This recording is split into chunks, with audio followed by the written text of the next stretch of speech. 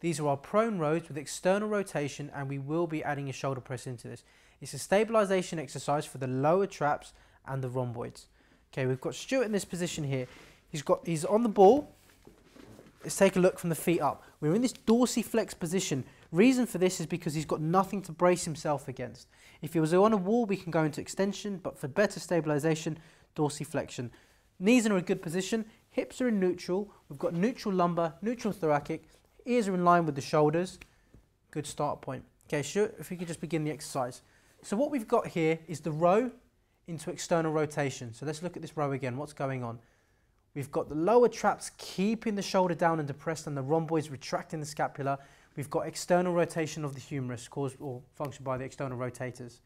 Now what we can do is put in a shoulder press to make this even more complex once your client's mastered the retraction with the external rotation. So we've got lower traps, rhomboids, shoulder press. With the shoulder press engaged, the serratus anterior has to work very hard to keep the scapula drawn into the body.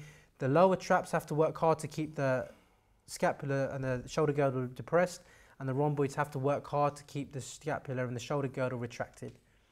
Now we can make this more intense by adding weights to it.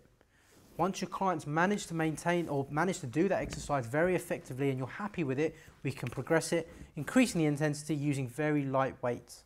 So we've got retraction, good scapular adduction. We've got the lower traps keeping the shoulder girdle depressed. We've got the rhomboids working really well to retract that shoulder girdle. And then we can add in a shoulder press. Again, the increased load means the lower traps have to work very hard to keep the shoulder girdle depressed. The rhomboids have to work very hard to keep the scapula retracted and adducted into the midline of the body. And the externals have to work even harder to externally rotate and press the movement through.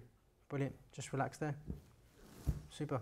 That's our row into external rotation and progressed with a shoulder press on a stability ball.